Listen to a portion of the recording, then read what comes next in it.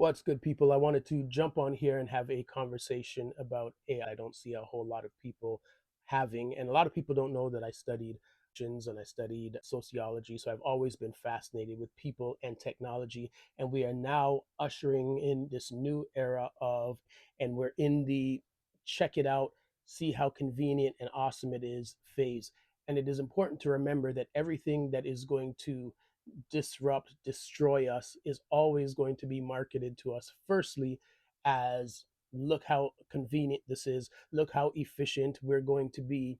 We're going to have all of this free time. But the reality is that nobody has more free time. That's what was sold to us with smartphones and the internet and all these things. If that were the case, by now we'd all be working 4-day work weeks and we'd have all of this free time. But the time that we freed up, the time that we saved, has simply been replaced with more things to do. So I think there are things that we have to speak about. AI requires a lot of land and fresh water.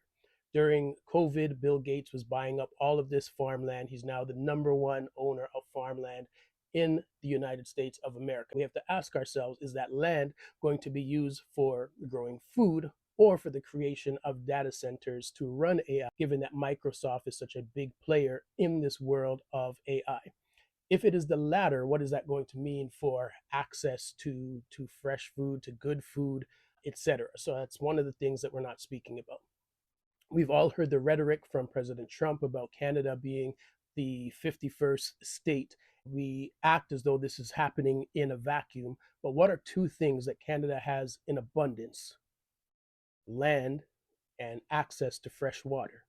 Two things that are vital to the world of AI. So then we have to think about, what does this mean for national security, for sovereignty, for indigenous rights, for environmental rights?